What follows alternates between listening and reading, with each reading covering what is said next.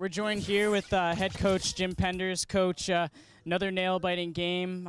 First, let's talk about your starting pitcher, Carson Cross. 7 gutsy innings, in and out of trouble against this potent lineup, holds him down to just 1 run.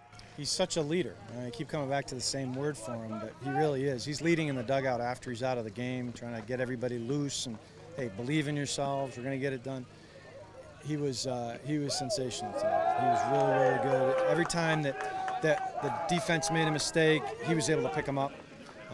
Brian misses the pop-up, called it a little early, and Carson picks him up with a strikeout of Barber in a big spot, at the bases. I think it was bases loaded or second, third. And then Pat Rotolo, finishes it out after some adventures, but we don't seem to make anything easy, but we found a way to get it done against a really good team. They're going to keep playing. They got 7 seniors in the lineup, and they're really good. And maybe we had a little bit too much respect for them, and that we're going to respect our opponents always, but we looked a little tight there at the finish, and the way things went last weekend, I think there was a little bit of that in the back of people's minds. So hopefully this is the last cleanser that needs to be taken, and we can get on with just playing baseball.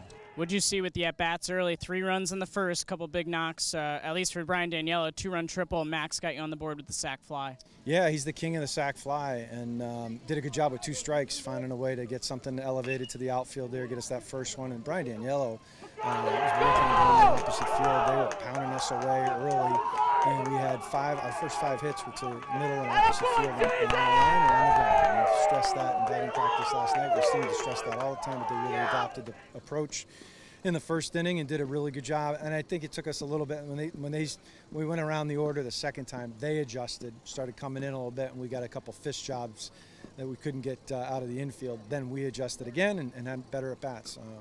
John Testani had 2 great at bats in the 5th inning, walking after they scored. I think in the bottom of the 4th, he walks after Joe DeRoche Duffin has a tough at bat where he takes strike 3, looking, and then Johnny goes 3-2, fouls off a bunch of pitches, and that winds up being a run for us. And we answered their run. And then, in the 8th, I'm putting on a trick play when he gets down in the hole 0-2. We're trying to get the catcher to throw to second base, and somehow he, shoots one up the middle and shows me a thing or two. Next time I'm not going to think about doing that. Let him swing the bat. He's a senior and had some really good at bats for us. How big was the 8th and 9th inning for Pat to get back over the hump after a tough weekend last weekend? Yeah, he's just got to learn that he's got an invisible fastball that's 92 to 94. I mean, it's invisible when it's 89. He doesn't have to try to throw it 105. And when he does that, he's up and he's out and he's in and he doesn't command it and tries to overthrow. Willie drops the pop-up, though, and he finds a way to close it out. So that's big. He picked up a teammate, and we found a way to finish it. It was hard. We talked about just finishing a game, getting out in front, and then finishing. And finally we did that. Thank you, Coach. Thanks, Chris.